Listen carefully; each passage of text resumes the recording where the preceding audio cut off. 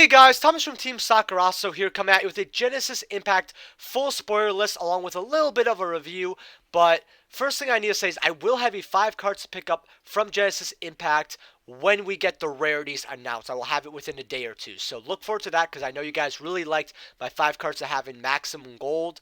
Or to pick up from Maximum Gold. You guys really love that series. So the new series of the channel is going to be looking at sets and tell you guys 5 cards that I think you should pick up. Similar to my 5 cards I have in my trade binder, which I have a great one planned for December 1st. You guys definitely are going to want to check that out.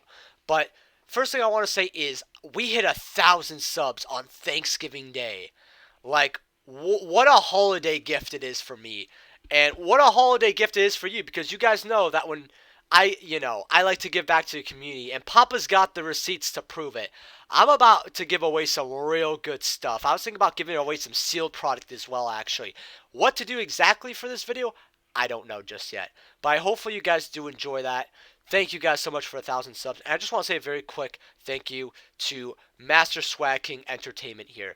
He's one of my best. He's literally one of the best friends I've ever met on YouTube, and just in my life. I do consider him one of my best friends. We talk a lot off camera, send memes, talk and all that. We still have never dueled, by the way, which is really funny. But he's always been really, really nice to me. He picked, we started collabing at 200 subs. He didn't care about my sub count, even though he was way bigger than me. He helped me grow the channel. He helped teach me stuff, and he's just an amazing guy. So if you haven't subbed to him, please sub to him. Get him to 2,700 for me at least. At least that. But I'm trying not to get sentimental here. I am just going to start the video. If you guys do want to support me, though, and you buy cards off TCG Player like Genesis Impact, please my affiliate link down in the description below. If you enjoyed the video, leave a like. And if you're not subscribed, hopefully today's the day to earn your subscription. I also have a Twitter where I post memes and all that. Follow that in the description below. And lastly, I will also be getting a box of Genesis Impact for the channel, so don't worry. So first thing we have to talk about is the 3 archetypes that are coming out of this set, which is Magistus, Evil Twin, and then Drayton. So Magistus is actually the least favorite coming out of this set. A lot of people just don't think they could do very much right now. And they're just a kind of a gimmick because it's all about spellcasters equipping other spellcaster monsters to them. But the thing is, I think it does a lot because it's got combos in it, and it also has the help from generic spellcaster support, including certain prophecy cards. And I think that's going to do a lot for the deck. And I definitely don't think it's bad. I just think it's going to be one of the decks that we get from deck building sets like Infinitrax, like Dragon Maid, right? How Dragon Maid literally could not function as a deck until way later, where we're going to get the best Magistus cards in our core sets, and it's only gonna be 1 or 2 cards, but it's gonna be good enough to make the deck way more playable, fix consistency issues, and I know they're gonna make that mistake again, and we're gonna get the card that we really need for Magistus, probably in Blazing Vortex or the set after, and that's something I don't like that Konami's doing with the deck building sets because they should be good right from the get-go. But they're still not bad. They still have a lot they can do, right? So it's not like it's unplayable. It's still a good deck. We just have to wait and see. We have to figure out how to break the deck. But overall, as an archetype, it is something unique, and that is something I quite like. So it's all right from me. Then we have Evil Twins. I know they're called Live Twins here, but you know how Konami likes to change a lot of the names, and we're going to get to that on our 3rd archetype. So we have Evil Twins, Kill here. These 3 are the collector rares, by the way, which I think is crazy how they gave Evil Twin so many collectors rare. But this deck is going to be tier 1, right? It has its own Dryden, and it's kind of like Zoo, and I've seen the boards it can make, and it's definitely going to be something close to tier 1. It's really, really good deck, and it's nice to have a tier 1 deck coming out of these deck building sets because a lot of our deck building sets have not been good. Ever since Dark Saviors. I think Secret Slayers was really good because it had Eldritch and it had Emancipators, which was fine. Because I'm going to be honest with you guys. All 3 decks can't succeed in a deck building set. Yeah, it's possible, but if 2 of them succeed, that is a success. Not every deck can make it, guys. But Evil Twin is our tier 1 deck. They have some like a rise here. It's like people really didn't like Twin Channel and stuff, and then I'm sorry. Do they really name a card Evil Twin GGS? Guys, I haven't looked at this before, but If they actually named, I don't need to explain why this is funny. I want, even if I'm gonna build Evil Twin, I'm getting 3 copies of this, even if this is not the good card. GGS. That is just a meme card. I am okay with Konami changing the translation to this. I know the OCG didn't name this GGS. I know that for a fact. If they did, I would be laughing my ass off. Uh. But Evil Twin Tier 1 deck, you guys get the point. Uh, then we have Drin in here. I know they were called something else, and a lot of people are really upset over that because Konami really likes to give us needless name changes along with, maybe it's just their translation, so I don't know if they ever do it on purpose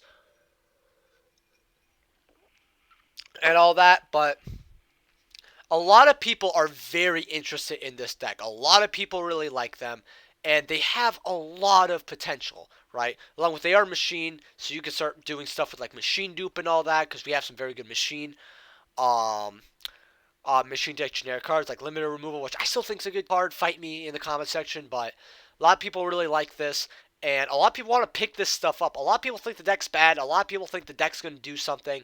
It's a 50-50, right? Kind of reminds me of Emancipator, where a lot of people didn't have faith in that deck and all that. But overall, if people really like it just to play it, that's always good enough. The fact that it could have the potential to be meta, again, we have to wait and see. But overall, the 3 archetypes aren't bad. Overall, they're pretty good, right? Which is something I really like to see. And now we're going to get into the reprints. I already see one. So we have Perform Mage Hat Tricker, which I'm very happy about because this is only in common.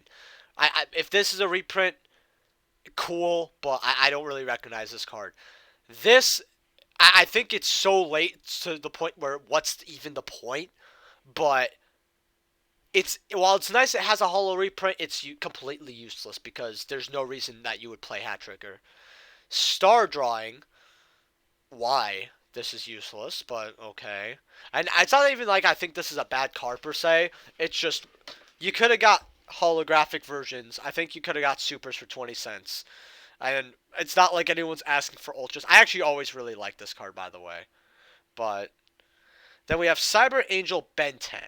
Also, I want to know what you guys think of this set in the comment section below and what you guys want to build. I also know I'm late to this video, so again, apologies about that. Cyberangel Ben 10. This has a rare or a common and legendary Dual Sisters of the Rose. This has a super rare that was rising a little bit in value, and then you have the secret that's worth a lot of money. I mean, I just don't really see. I mean, I understand why they were printing this. It's because of Drin and stuff. Maybe it's really good in there, but as an actual reprint, I don't think it really matters too much because it's very accessible. Oh, that's awkward, but it's not bad. I guess they put all the nightmares in here just to have them here. And I'm already looking at this card, and I'm really curious on something. But yeah, not bad. I know there's Phoenix and Unicorn here as like probably regular ultras. I don't know if they were only collector's rares. Just like how Hida is a Starlight rare, but it's not actually in the set Phantom Rage. It's in Savage Strike, but Nightmare Griffin as a reprint, I think it was very accessible, but it's just to fit the Nightmare theme. I mean, at least it's usable. It's like whatever. It doesn't really, ruffle up my jimmies to say.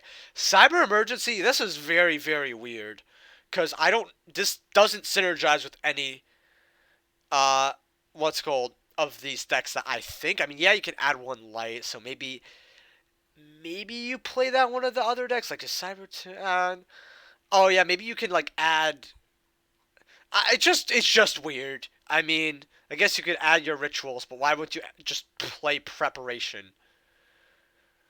That's just weird. I mean, this had the secret rare that was a lot of money, and they finally reprinted it into an Overload, where it was about it's sitting around a $4-ish a card. It went up to $5, then went back down.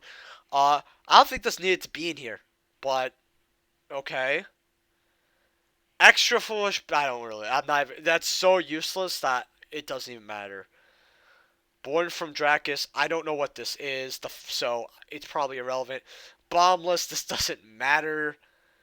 Herald of Ultimus. Is this okay? I don't think this was... I think this was a couple dollars, but... I mean, compared to everything else here... Okay, so I actually like this. I don't know if it got reprinted or not. Probably maybe in the Megatins. I know this went up to $5 at one time, but people actually do like this card. I think this card is just here for the holographic print. If so, I think this is a good choice. This is the best choice so far. The fact that Chalice Slime is the best reprint is making me worry here. This is because it's a collector's rare. It's whatever. Whatever. I think it's fine because he's approaching $9. It's a card that I've used. This is the good reprint. Then Phoenix. I just don't know why this is in here. I don't. I may. Why is Dark Mist in here?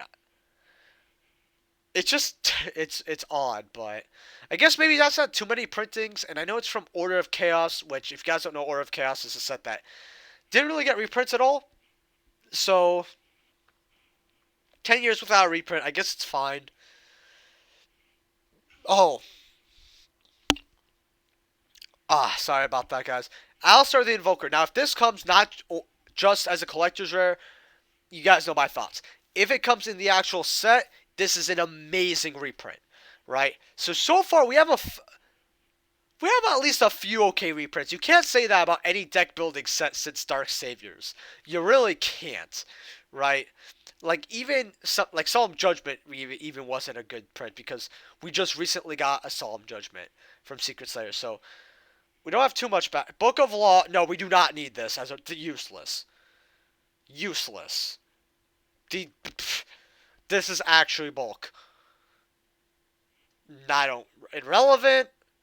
Irrelevant. Like this was a super. I know this was a rare. Some decks played it, but it was so rare that the price never budged. Then it became a super rare in the Megatins. I think 2019, and it was cute. Why is this here? I feel like this is just one of those old cards Konami likes to give a high rarity to because I know this is an older card.